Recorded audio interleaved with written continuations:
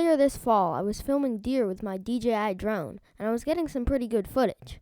Cue the epic deer montage.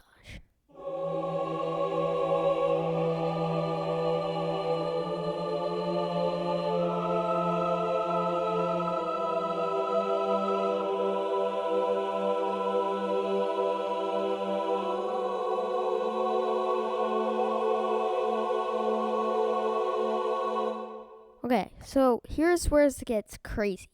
I was trying to go through and get this kind of cinematic, flyby shot.